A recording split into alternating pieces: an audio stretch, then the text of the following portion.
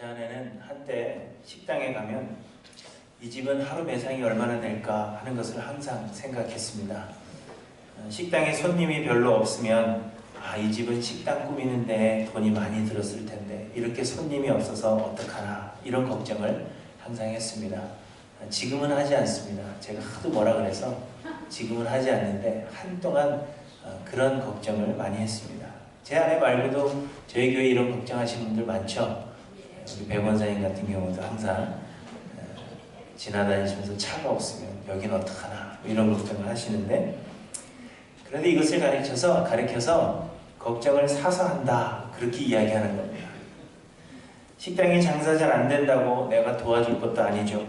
또한 식당 장사 잘 안 되는 것이 내 생활에 큰 영향을 미치는 것도 아니기 때문에 이런 걱정은 정말 필요가 없는 것입니다.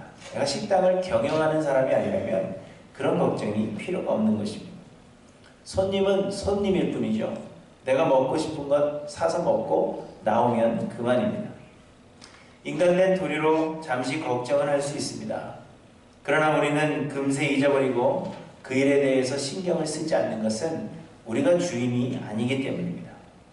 손님이 마치 주인처럼 장사가 잘 되도록 광고도 해주고 주문도 받고 또 식당의 청결 상태를 책임지려고 한다면, 걱정을 그렇게 사서 한다면 우리는 그를 가리켜서 정신이 나간 사람이라 그렇게 이야기할 것이고, 사실 주인들은 이것을 원하지 않을 것입니다. 여러분 한번 해보세요. 어느 식당에 가서 이 집 장사 잘 안 되니까 내가 매니저처럼 일해보겠습니다. 그러면서 그냥 주인처럼 그렇게 한번 행동해 보십시오. 당장 나가라 그렇게 이야기할 것입니다.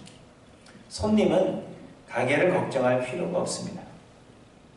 그런데 우리가 세상을 살아가면서 우리에게 근심과 걱정이 많은 이유는 우리가 이 세상을 주인처럼 살아가고 있기 때문입니다. 내가 마치 이 세상을 영원히 살 것처럼, 그리고 이 세상의 모든 일을 내가 책임져야 하는 것처럼 그렇게 이 세상을 살아가고 있기 때문에 우리는 작은 일에도 마음을 쓰며 필요 없는 걱정을 사서 하고 있는 것입니다. 하지만 우리가 잠시 밥 먹고 가는 그러한 손님처럼 우리가 이 땅을 살아간다면 우리는 걱정을 사서 할 필요가 없는 것입니다. 오늘 본문에서 베드로 사도는 성도들에게 편지하면서 성도들을 나그네라 그렇게 칭하고 있는 것을 보게 됩니다. 1절에 보시면 예수 그리스도의 사도 베드로는 본도, 갈라디아, 갑바도기아, 아시아와 비두니아에 흩어진 나그네에게 편지한다 그렇게 말씀하고 있습니다. 여기엔 나그네라는 말은 우리가 흔히 생각하는 목적도 없이 정처 없이 떠돌아다니는 사람을 의미하는 것이 아니라 시민이 아닌 사람, 그러나 잠시 머물러 있다 가는 사람을 의미하는 것입니다. 여행을 한다든지 혹은 비즈니스의 관계 때문에 와 있든지 혹은 그 누군가를 방문하기 위해서 잠시 머무르고 있는 사람들을 가리켜서, 곧 손님과 같은 사람들을 가리켜서 오늘 본문에 나그네라 그렇게 말하고 있는 것입니다. 이런 나그네들은 잠시 머무르는 곳의 정책이나 환경에 대한 책임도 권리도 없습니다. 나그네들은 잠시 불편함을 겪을 수는 있어도 곧 돌아갈 곳이 있기 때문에 불편함에 크게 마음 쓰지 않는 것입니다. 불편한 것을 개선해 보려고 노력할 필요도 없고 또한 그런 책임도 없다는 것입니다. 그저 돌아갈 집을 생각하며 여러 가지 불편한 점도 이길 수 있는 것입니다. 그리고 그 불편함이 오히려 돌아갈 본향에 대한 기대를 불러오게 되는 것입니다. 그래서 우리는 어떤 곳에 다녀오면 집이 제일 좋다 이렇게 이야기하죠. 세상을 우리가 나그네로 살아가면서 그곳에 잠시 머무르는 동안에 우리에게 주는 불편함은 오히려 본향에 대한 기대감을 더해주는 것입니다. 그런데 우리는 이런 자세로 세상을 살아야 한다 하는 것입니다. 세상을 사는 동안 우리는 여러 가지 불편함을 겪으며 살아갈 것입니다. 물론 세상의 모든 것을 주관하시는 분은 하나님이시지만 하나님은 죄로 가득한 이 세상을 악한 영들이 다스리도록 내버려 두셨기 때문에 예수를 그리스도로 영접하고 하나님 나라의 시민으로 사는 우리들로서는 여전히 여러 가지 불편함과 어려움을 겪지 않을 수 없는 것입니다. 때로는 이를 핍박 혹은 박해라 부를 정도의 큰 어려움을 우리는 겪기도 하는 것입니다. 그런데 수많은 사람들이 이런 세상의 제도를 개선하고 바꾸어서 좋은 세상 만드는 것을 목적으로 살아갑니다. 좋은 세상 만드는 것이 그리스도인들의 사명이라 그렇게 생각하는 사람들도 있습니다. 그래서 세월호와 같은 큰 사고가 발생하거나 지진 혹은 홍수 같은 큰 재해가 발생했을 때 어려움을 당하는 이들을 적극적으로 도와주지 않거나 혹은 제도 개선을 위해서 목소리를 내지 않으면 신앙생활을 제대로 하지 않는 것으로 그렇게 여기는 사람들도 있습니다. 한때 한국의 촛불 시위가 굉장히 극렬해질 때 이 촛불 시위에 참여하지 않는 목사님들을 욕하는, 저런 사람들은 목사도 아니다, 그렇게 이야기하는 목소리들이 많이 있었습니다. 그러나 여러분, 결코 그렇지 않은 것입니다. 물론 우리는 하늘나라의 시민권을 가지고 살아가고 있지만 동시에 육신을 가지고 사는 동안에는 이 땅에서 우리가 속한 나라의 시민권을 가지고 살아갑니다. 그렇기 때문에 이 땅을 사는 동안에 우리가 지켜야 할 의무와 또한 행해야 할 사명들이 있는 것은 분명합니다. 그럼에도 불구하고 우리는 결코 이 세상을 좋은 세상 만드는 것을 궁극적인 목표로 살아가는 것이 아님을 기억해야 합니다. 우리가 사는 미국 땅에서의 어떤 정책적인 문제에 대해서 우리가 할 수 있는 대로 우리의 목소리를 내는 것은 중요합니다. 동성결혼 합법화와 같은 문제에 있어서도 반대의 목소리를 내고 또한 투표권을 행사하는 등 법의 테두리 안에서 우리에게 주어진 권리와 책임을 다하는 것은 중요합니다. 그러나 우리의 뜻대로 되지 않는다고 해서 물리적인 힘으로 그것을 변화시키려고 한다든지 걱정하고 근심할 필요가 없는 것은 우리는 이 땅에 나그네로 잠시 머물다 가는 것이기 때문입니다. 북핵 문제에 대해서도 마찬가지입니다. 한국 사람들은 만나기만 하면 목소리를 높이고 싸웁니다. 하지만 여러분, 괜히 이런 문제를 가지고 친구들 간의 언성을 높이실 필요가 전혀 없습니다. 왜냐하면 우리는 나그네들이기 때문입니다. 우리는 이 땅의 정책에 대해서, 이 땅의 어떤 살아가는 그런 환경에 대해서 그것을 변화시켜야 하는, 그래서 좋은 세상 만드는 것이 우리의 삶의 목적도 아니고 신앙생활의 목적도 아닙니다. 우리는 그저 이 땅에 잠시 머물다가 돌아가는 나그네들이라는 것입니다. 세상의 여러 문제들로 인해서 우리는 불편함을 겪을 수는 있겠지만 우리는 돌아갈 본향이 있는 나그네들입니다. 이 세상은 결코 영원한 것도 아니며 우리는 이 땅에서 영원히 사는 것이 아니라 잠시 머물다가는 나그네들입니다. 우리에게는 돌아갈 본향이 있습니다. 그러므로 여러분, 세상 일에 대한 걱정은 그야말로 걱정을 사서 하는 것에 불과함을 기억하시기를 바랍니다. 베드로전서는 그리스도인들에 대한 핍박이 가장 심할 때, 핍박이 가장 심한 지역에 살고 있는 그리스도인들에게 보내는 편지라 그렇게 말씀드렸습니다. 많은 사람들이 그리스도인들에 대한 핍박으로 인하여 걱정하며 또 핍박을 견디다 못해 믿음에서 떠나는 사람들이 있었습니다. 핍박과 고통을 당하는 사람들은 투쟁을 해서든지 물리적인 힘으로라든지 사회를 변혁시켜야 한다, 그렇게 생각하는 사람들도 있었고, 혹은 정치적으로 그 제도를 개선하여서 박해를 그치도록 해야 한다 하는 그런 사람들도 생겨났습니다. 그리고 그 중에는 지금처럼 이것을 싸워서 우리가 해방을 쟁취해야 한다, 그리고 그렇게 하는 것이 그리스도인다운 삶이라 그렇게 생각하는 사람들도 있었습니다. 그러한 때에 베드로는 성도는 이 땅에서 나그네일 뿐이라 하는 것을 그의 편지의 서두에서 상기시키고 있는 것입니다. 돌아가야 할 본향이 있다 하는 것을 기억하고 세상의 제도를 정치적으로 혹은 물리적으로 바꾸려는 노력이나 핍박과 박해를 피해서 편안히 살겠다 하는 그런 생각을 버리고 잠시뿐인 이 세상에서의 핍박을 믿음과 소망으로 견뎌내야 한다 하는 것을 오늘 본문에서 또 베드로 전서를 통해서 말씀하고 있는 것입니다. 사랑하는 성도 여러분, 우리는 분명 하나님 나라에 왕같은 제사장들입니다. 그럼에도 불구하고 이 땅을 살아가는 동안에는 잠시 머물렀다 가는 나그네들인 것을 기억하시기를 바랍니다. 이 세상에서 영원히 살 것처럼 그렇게 살지 마시고 영원한 하나님 나라의 영광스러운 것들이 예비되어 있는 그러한 나그네들로서, 그러나 왕같은 제사장들로서 핍박까지도 넉넉히 이기며 살아가시는 저와 여러분들이 되시기를 주님의 이름으로 간절히 축원합니다. 오늘 본문을 아울러서 우리가 나그네로서 이 땅을 살아가는 동안 우리의 믿음을 위해 우리가 기억해야 할 몇 가지 사항들을 우리에게 말씀해 주십니다. 첫째로는 우리는 사명 따라 하나님께서 흩으셨음을 기억해야 합니다. 하나님께서 우리의 사명 때문에 우리를 흩으셨다 하는 것을 기억해야 합니다. 오늘 본문에서 베드로는 성도들을 지칭하여 그냥 나그네라 그렇게 말하지 않고 흩어진 나그네라 그렇게 말하고 있는 것을 보게 됩니다. 이는 베드로가 보낸 편지는 바울이 보낸 편지처럼 한 교회에 보내는 것이 아니라 여러 지방에 흩어져 있는 그러한 그리스도인들이 돌려보도록 보내는 편지이기 때문에 그렇게 쓰기도 한 것입니다. 그러나 단지 그 이유만은 아닙니다. 단지 여러 지방으로 보내는 편지이기 때문에 흩어진 나그네라 그렇게 명하고 있는 것이 아니라 흩어진 나그네라 말하고 있는 것은 그리스도인들의 사명과 정체성이 무엇인가 하는 것을 이 짧은 단어를 통하여 상기시켜주고 있는 것입니다. 당시 예수를 믿는 유대인들은 이스라엘에만 머물지 않고 로마가 통치하던 여러 지역으로 흩어져 살았습니다. 그런데 그들이 흩어지게 된 가장 큰 이유는 핍박 때문이었다 하는 것을 성경이 말씀하고 있습니다.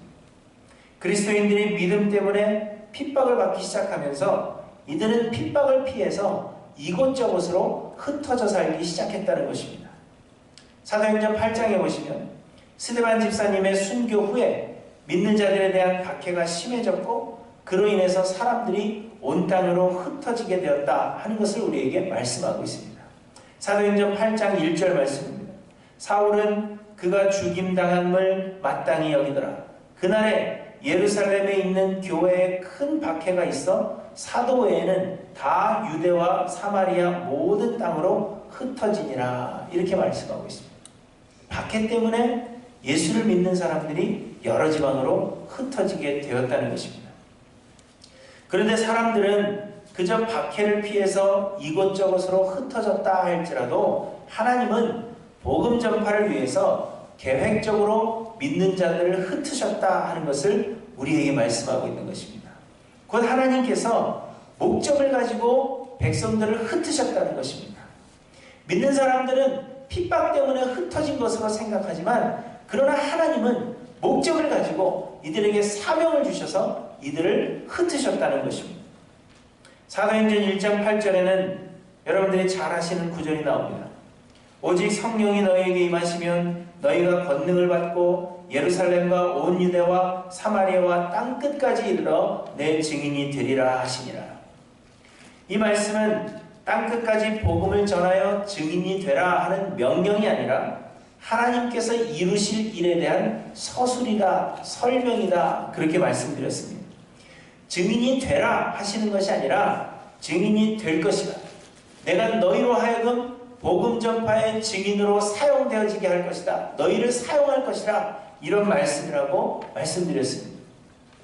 그리고는 땅끝까지 증인이 되게 하리라 하는 그 말씀을 이루기 위해서 하나님은 두 가지 방법을 사용하셨습니다. 그 첫 번째 방법은 유월절을 지키기 위해서 각 지방에서 모여든 사람들에게 방언을 통하여 한 번에 복음을 전하신 것입니다. 많은 사람들이 유월절을 지키기 위해서 예루살렘으로 모여들었는데 베드로가 복음을 전할 때 방언으로 복음을 전하여서 모든 듣는 사람들이 각 지방의 자신들의 언어로 그 말씀을 듣게 하심으로 인하여 한 번에 여러 지방으로 땅끝까지 복음이 전파되게 하셨다는 것입니다. 그리고 두 번째 방법으로 하나님께서 사용하신 방법이 핍박으로 인하여 신자들을 흩으심을 통하여서 땅끝까지 복음이 전파되도록 하셨다는 것입니다. 사람의 방법으로 예루살렘으로 시작해서 유대로 그리고 사마리아로, 그리고 땅끝까지 복음을 전하려면 오랜 시간이 걸릴 것입니다. 그러나 하나님은 하나님의 방법으로 단번에 일을 이루셨는데 핍박으로 믿는 자들을 흩으시는 것이 그 방법 중 하나였다 하는 것입니다. 사도행전 11장에 보시면 그때 스데반의 일로 일어난 환란으로 말미암아 흩어진 자들이 베니게와 구브로와 안디옥까지 이르러 유대인들과 헬라인에게도 말하여 주 예수를 전파하였더라. 이렇게 우리에게 말씀하는 것을 보게 됩니다. 하나님께서 믿는 자들을 흩으셔서 땅끝까지 내 증인이 되게 하리라 하신 그 말씀을 친히 이루고 계시는 것을 보게 됩니다. 이처럼 핍박 속에도 하나님의 뜻이 있고 믿는 자들을 박해로 인하여 흩으심에도 하나님의 계획이 있다 하는 것을 말씀하고 있는 것입니다. 베드로가 이 성도들을 흩어진 나그네라 부르고 있는 것은 단지 그들이 흩어져 살아가고 있기 때문에 흩어진 나그네라 그렇게 말하고 있는 것이 아니라 하나님께서 왜 그들을 흩으셨는지, 하나님께서 그들에게 어떤 사명을 주셨는지 이 짧은 단어를 통하여 그들에게 생각나게 하고 계시는 것입니다. 하나님께서 복음의 전파를 위해서 너희를 흩으셨다. 너희에게는 흩어짐으로 인하여 주어진 사명이 있다 하는 것을 베드로가 말씀하고 있는 것입니다.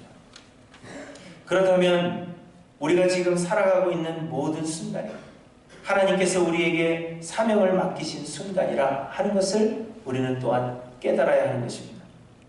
우리는 왜 시카고 땅에 살고 있는지, 너무 춥죠 요즘. 사람들이 시카고 살고 있다 그러면 그 추운데 어떻게 사냐 그렇게 이야기합니다. 저희는 휴스턴 살거든요. 따뜻한 나라예요. 어떻게 그곳에서 사냐 그렇게 이야기를 합니다. 그런데 모든 사람들이 못 살 것이라 생각하는 이 시카고에 우리가 살고 있는 이유는 무엇인가?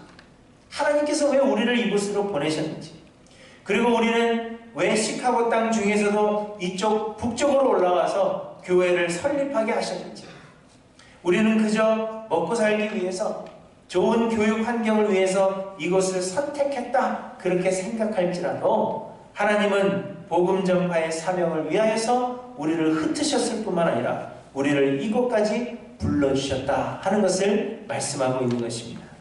하나님께서 사명을 위해서 우리를 이곳으로 불러주신 것입니다. 또한 우리가 고통을 당하는 일이 있다 할지라도 그 일을 통하여서 하나님은 복음의 증인이 되도록 하시기 위해 우리에게 그 고통을 허락하시는 것임을 여러분 기억하시기를 바랍니다. 우리는 나그네입니다. 우리는 잠시 이 땅에서 머물다가 본향으로 돌아갈 것입니다. 그러나 우리는 여행 온 나그네들이 아니라 하는 것을 여러분 기억하시길 바랍니다. 단지 이 세상 즐기다가 재밌게 살다가 그렇게 돌아가라 여행 온 그러한 나그네들이 아니라 하나님께서 하나님 나라의 그 왕같은 제사장들로서 하나님께서 이 땅에 맡기신 하나님의 그 사명을 가지고 하나님의 나라의 특사로서 이 땅에 와 있다 하는 것을 여러분 기억하시기를 바랍니다. 내가 이곳에 살고 있는 것, 하나님께서 나를 이곳에 심은 것은 이 땅을 즐기고 가라 그렇게 심으신 것이 아니라 하나님 나라의 왕같은 제사장들인데 하나님께서 이 땅에서 우리가 해야 할 사명이 있기 때문에 우리를 이곳으로 불러주셨다 하는 그 사명을 여러분들의 마음속에 가지시고, 그래서 나그네로서 그러나 왕같은 제사장으로서 우리의 사명을 기억하며 이 땅을 살아가시는 저와 여러분들이 되시기를 바랍니다. 둘째로 우리가 기억할 것은 우리는 하나님의 완전하신 계획 가운데 택하심을 받은 존재라 하는 것을 잊지 않고 기억해야 합니다.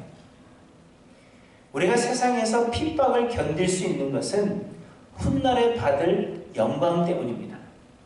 로마서 8장 18절에 보시면 생각하건대 현재의 고난은 장차 우리에게 나타날 영광과 비교할 수 없도다 이렇게 말씀하십니다. 우리가 비록 이 땅에서는 여러 가지 고통과 고난을 당하고 여러 가지 불편함을 겪는다 할지라도, 예수 믿는 것 때문에 우리의 삶이 여러 가지 불편함 속에 있다 할지라도 장차 하나님 나라에서 받을 그 영광이 있기 때문에 우리는 잠시뿐인 세상에서의 고통과 고난을 기꺼이 견뎌낼 수 있는 것입니다. 사도들은 핍박을 당하고 있는 믿는 사람들에게 그들이 받을 구원과 하나님 나라에서의 그 영광을 이야기하면서 끝까지 믿음을 지킬 것을 권면하고 있는 것입니다. 사람들은 그 영광이 있기 때문에, 훗날에 받을 영광이 있기 때문에 고통과 핍박과 박해를 견뎌내고 있는 것입니다. 그런데 우리가 그 환난으로 인하여서 불안해하고 두려워하고 있다면 그 이유는 우리의 구원의 확신이 흔들리고 있기 때문일 것입니다. 내가 어려워하고 있다면, 받는 핍박과 박해를 두려워하고 있다면 내 구원의 확신, 내가 장차 하늘나라에서 받을 그 영광이 있다 하는 그 확신이 흔들리고 있다는 증거입니다. 고통을 감내했는데도 불구하고 영원한 영광이 없으면 어떡하나? 내가 이 땅에서 여러 고난을 당했음에도 불구하고 하늘나라에 갔는데 거기에 내 이름이 없으면 어떡하나? 그러한 생각 때문에 우리는 두려워하는 것입니다. 그러나 감사하게도 2절에 보시면 곧 하나님 아버지의 미리 아심을 따라 택하심을 받은 자들에게 편지한다, 그렇게 이야기하고 있습니다. 하나님 아버지의 미리 아심을 따라 택하심을 받은 자들이 우리라, 그걸 말씀하고 있는 것입니다. 이 말씀에는 두 가지 중요한 사실을 우리에게 말씀해 주시는데요. 첫째로는 하나님께서 우리를 택하셨다 하는 것이고, 둘째로는 하나님 아버지의 미리 아심을 따라 우리를 택하셨다는 것입니다. 우리의 구원이 확실한 이유는 우리의 구원이 우리의 행위나 공로에 근거하지 않고 하나님의 택하심에 근거하고 있기 때문입니다. 만일 우리의 구원이 우리의 행위나 공로에 근거하는 것이라면, 곧 우리가 선한 행위를 하거나 율법을 지키는 행위가 공로가 되어서 하나님께서 우리를 구원하시는 것이라면 우리는 그 구원을 잃지 않기 위해서 지금도 부단히 노력해야 합니다. 열심히 봉사하고 열심히 구제하고 선한 일을 끊임없이 행하여서 점수를 받아야만 구원을 이룰 수 있는 것이지, 잠시라도 우리가 나태해진다면, 잠시라도 우리가 나쁜 생각을 품게 된다면, 그래서 우리의 점수가 깎이게 된다면, 하나님 앞에서의 우리의 점수가 깎이게 된다면 우리의 구원을 빼앗길 수 있는 것입니다. 그렇게 구원이 우리의 행위에 근거한다면 우리는 구원을 확신할 수 없습니다. 그러나 우리의 구원은 우리의 행위에 근거하는 것이 아니라 하나님의 택하심, 하나님의 선택에 근거하는 것입니다. 선한 행위로 구원 얻는 것이 아니라 하나님께서 우리를 택하여 주셨기 때문에 구원을 얻는 것입니다. 우리가 선해서가 아니라 하나님께서 우리를 선택하셨기 때문에 구원을 얻게 되는 것이라 하는 말씀입니다. 그런데 우리 하나님은 변함이 없으신 하나님이십니다. 회전하는 그림자가 없으신 하나님이시요, 약속하신 것을 결코 잊지 아니하시고 끝까지 지키시는 신실하신 하나님이 우리 하나님이시라 하는 것입니다. 거기에 더하여서 하나님은 우리를 구원하시기 위해 독생자 예수를 십자가에 못 박아 죽게 하셨습니다. 우리를 위해서 그 큰 희생을 감당하신 하나님은 우리의 구원을 결코 헛된 것으로 돌리지 않으실 것이요, 그렇기 때문에 하나님의 한 번 선택은 결코 번복될 수 없는 것이라, 그래서 우리의 구원은 확실하다 하는 것을 우리에게 말씀해 주십니다. 하나님께서 우리를 구원하시기 위해서 독생자 예수 그리스도를 십자가에 못 박혀 죽게 하셨는데, 만약 그럼에도 불구하고 우리의 구원이 흔들리는 것이라면 예수 그리스도의 그 십자가, 그 죽음은 헛된 것이 되고 마는 것입니다. 그래서 하나님은 결코 하나님의 그 결정을 번복하지 않으신다는 것입니다. 또한 하나님의 미리 아심을 따라 우리를 택하셨다, 그렇게 말씀하십니다. 하나님의 미리 아심을 따라 우리를 택하셨다 하는 이 말씀은 하나님의 우리를 택하심이 결코 충동적이지 않다 하는 것을 말씀하고 있는 것입니다. 우리는 너무 충동적이죠. 그리고 너무 감정적으로 일을 결정합니다. 그래서 훗날에 그것을 후회할 때가 많습니다. 수련회 가서 마지막 날에 분위기에 휩싸여서 충동적으로 선교사 되겠다, 그렇게 서원한 것 때문에 평생을 괴로워하는 사람들을 저는 수도 없이 봤습니다. 또 충동적으로, 감정적으로 은혜 받았다 해서 거액의 헌금을 드리고 나서는 내가 그걸 왜 드렸을까? 때가 되면 돌려달라, 그렇게 애원하는 사람들도 보았습니다. 그러나 우리 하나님은 결코 충동적이지 않다는 것입니다. 하나님께서 우리를 구원하시겠다 결정하시고 우리를 선택하시고 예수 그리스도를 우리를 위해서 내어주신 것은 결코 어떤 충동적인 결정이나 감정적인 결정이 아니라 하는 것을 우리에게 말씀해 주시는 것입니다. 하나님의 미리 아심을 따라서 곧 하나님의 철저하고 완전하신 뜻과 계획 가운데서 하나님께서는 우리를 택하셨으며 우리를 구원하시기 위해서 예수 그리스도를 우리를 대신하여 죽게 하실 것을 창세 전부터 계획하셨다는 것입니다. 하나님의 미리 아심을 따라 미리 계획하시고 우리를 구원하실 그 철저한 계획 속에서 우리를 선택하신 것입니다. 그래서 우리의 구원은 흔들리지 않는 것입니다. 우리가 선한 행위를 다 하지 못한다 할지라도, 우리가 때로는 연약하여서 쓰러지고 넘어지는 한이 있다 할지라도 우리를 구원하시겠다는 그 하나님의 구원의 약속은 결코 흔들림이 없는 것입니다. 베드로는 이 사실을 성도들에게 말씀하여서 장차 우리에게 임할 영광을 생각하고 잠시뿐인 이 세상에서의 고난을 이겨낼 것을 권면하고 있는 것입니다. 우리가 장차 하나님 나라에서 받을 그 영광은 분명한 것이기 때문에, 그 구원은 흔들림이 없는 것이기 때문에 걱정하지 말고 염려하지 말고 이 땅에서 당하는 고난을 기꺼이 이기라, 그렇게 우리에게 말씀하고 있는 것입니다. 마찬가지로 사랑하는 성도 여러분, 우리의 구원은 우리의 선택이 아닌 하나님의 선택이었으며 하나님의 우리를 택하심은 결코 충동적이지 않고 완전하신 계획 가운데 우리를 택하신 것이라 하는 것을 믿음으로 힘을 얻으시기를 바랍니다. 우리는 하나님의 택하심을 받은 왕같은 제사장들로서 우리가 장차 하나님 나라에서 받을 그 영광은 감히 이 땅에서의 고난과 비교할 수 없다 하는 것을 여러분 기억하셔서 세상을 넉넉히 이기며 살아가시는 저와 여러분들 되시기를 주님의 이름으로 간절히 축원합니다. 그리고 셋째로 우리가 기억할 것은 하나님은 보이지 않지만 우리와 영원히 함께하고 계신다 하는 것을 기억해야 합니다. 사람들이 가장 견디기 힘들어하는 것은 외로움이라고 합니다. 저희 집 큰아이는 혼자 있는 것을 굉장히 무서워합니다. 아직 어리기 때문에 혼자 있는 거 무서워하는 것 충분히 이해는 가는데요. 그러나 제가 이해할 수 없는 한 가지가 있는데, 그것은 무섭기 때문에 어린 동생을 데리고 간다는 것입니다. 어두운 곳에 간다든지, 이제는 저희 집에 지하실이 생겼는데 지하실에 갈 때에는 동생을 데리고 가요. 무슨 일이 생긴다 하면 오빠가 동생을 지켜주는 것이 맞는 것이죠. 그렇죠? 그래서 무섭다면 동생을 데리고 갈 것이 아니라 더 힘이 세거나 더 믿을 만한 사람을 데리고 가야 되는 것입니다. 그런데 항상 동생을 데리고 가요. 그런데 이것을 보면서 제가 깨달은 것은 사람은 실상 외로움을 무서워하는 것이다. 혼자 있는 것을 무서워하는 것이지 다른 것을 무서워하는 것이 아니라는 것입니다.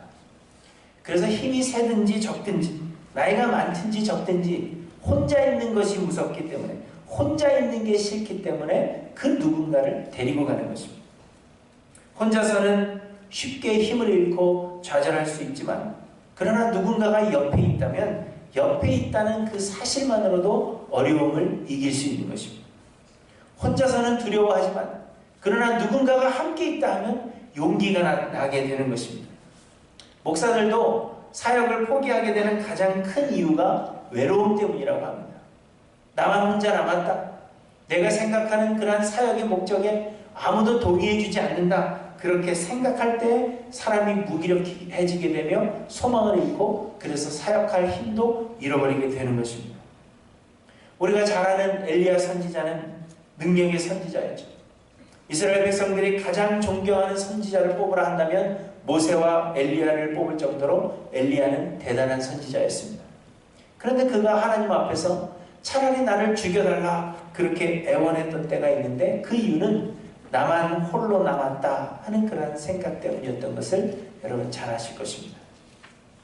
베드로가 편지를 쓸 때 핍박을 당하고 있던 믿는 자들도 마찬가지였습니다.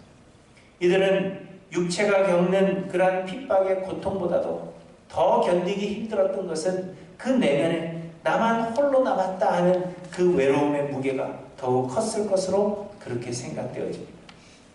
그래서 베드로는 그들이 혼자가 아니요 하나님의 성령이 그들과 함께하고 있다 하는 그 사실을 인사말을 통하여 제일 먼저 일깨워주고 있는 것입니다. 2절을 다시 한번 보시면 곧 하나님 아버지의 미리 아심을 따라 성령이 거룩하게 하심으로 순종함과 예수 그리스도의 핏부림을 얻기 위하여 택하심을 받은 자들에게 편지하노니, 이렇게 말씀하십니다. 우리나라 말이 좀 어려워서 잘 이해가 안 되실 텐데 다시 말씀드리면 곧 성도가 예수 그리스도의 핏부림으로 죄 용서함을 받고 그리스도의 말씀에 순종함으로 거룩하여지는 그 모든 과정의 주체는 성령님이시다, 그렇게 이야기하고 있는 것입니다.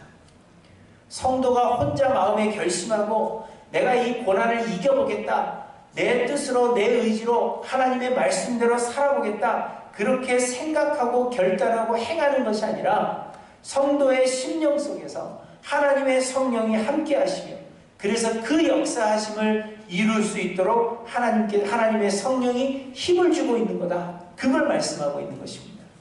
너희의 죄 용서와 하나님의 말씀에 순종하겠다 하는 그 마음의 결단은 너희 혼자의 결단이 아니라 하나님의 성령이 너희의 마음속에 역사하셔서 그 마음을 주고 계시는 것이다. 하나님의 성령이 너희와 함께하고 있는 것이다. 그것을 말씀하고 있는 것입니다. 결코 하나님은 믿는 자들을 홀로 두셔서 개인의 힘으로 구원을 이루라, 그렇게 말씀하시는 것이 아니라 하나님의 성령이 영원히 함께 하심으로 성령이 친히 모든 역사를 이루고 있는 것이다. 성령이 너희에게 핏부림으로 말미암아 구원함을 주셨고 성령이 너희로 하여금 순종하게 하는 것이다. 그것을 말씀하고 있는 것입니다. 그러므로 사랑하는 성도 여러분, 근심하지 마시기 바랍니다. 홀로 남았다, 그렇게 생각하지 마시기 바랍니다. 하나님의 성령이 우리와 언제나 함께하고 계십니다. 어려움을 당할 때에도 하나님의 성령이 우리를 도우시며 우리에게 이길 힘을 더하시는 것입니다. 여러분 생각할 때 우리도 핍박을 받게 되면, 우리도 박해를 받게 되면 순교의 길을 택한 믿음의 선조들처럼 우리도 담대하게 그렇게 믿음을 지키며 또 순교할 수 있을까? 여러분 이런 걱정하시죠? 누군가가 여러분들에게 칼을 들이대고 예수를 부인하지 않으면 내가 목을 잘라버리겠다, 그렇게 이야기할 때 나는 과연 믿음을 지키고 예수 그리스도를 선택하겠다, 그렇게 결심할 믿음이 나에게 있는가? 여러분 걱정하실 것입니다. 그러나 근심하지 마십시오. 담대히 순교한 자들은 그들의 의지로 순교하는 것이 아니라 하나님의 성령이 그때 합당한 믿음과 힘을 주시는 것입니다. 여러분들이 어려움을 당한다 할지라도, 비록 목이 떨어져 나갈 그러한 위험에 처한다 할지라도 여러분의 믿음을 지키는 것이 아니라 하나님의 성령이 여러분으로 하여금 믿음을 지키게 허락해 주시는 것입니다. 그러므로 걱정하지 마시기 바랍니다. 단지 이 믿음을 간구하며 사시는 저 여러분들이 되시기를 바랍니다. 우리 안에 거하셔서 영원히 우리와 함께 하시는 하나님의 성령을 우리가 인식할 수 있도록 우리의 생각과 의지와 노력을 내려놓고 온전히 순종할 뿐 아니라 믿음을 우리에게 주시도록 간구하시는 저와 여러분들이 되시기를 바랍니다. 그리고 그 믿음으로 이 세상을 넉넉히 이기며 살아가시는 저와 여러분들이 되시기를 주님의 이름으로 축원합니다. 말씀을 마칩니다. 우리는 하나님 나라의 왕같은 제사장일지라도 이 땅에서는 잠시 머물다가 돌아갈 나그네들입니다. 그러므로 이 땅에서 영원히 살 것처럼 그렇게 살아가지 마시고 돌아갈 본향이 있는 왕같은 제사장으로서의 삶을 사시는 저와 여러분들이 되시기를 바랍니다. 우리는 여행 온 것이 아니라 하나님께서 우리에게 사명을 맡기시며 우리를 흩으신 그러한 나그네들이라 하는 것을 여러분 마음속에 기억하시고 우리의 구원과 훗날의 영광은 하나님의 미리 아심을 따라 택하신 은혜에 근거하고 있다 하는 그러한 확신을 여러분들의 마음속에 가지시며 하나님의 성령이 우리와 영원토록 함께 하셔서 우리에게 힘을 더하여 주실 것이라 하는 이 사실을 여러분 마음속에 기억하셔서 세상에서 잠깐 고난으로 불편함을 겪는다 할지라도 그 고통을 넉넉히 이기심으로 할렐루야 교회의 모든 성도님들은 왕같은 제사장으로서의 그 품위 있는 삶을 살아가는 우리 모두가 되기를 주님의 이름으로 간절히 축원합니다. 기도하십니다.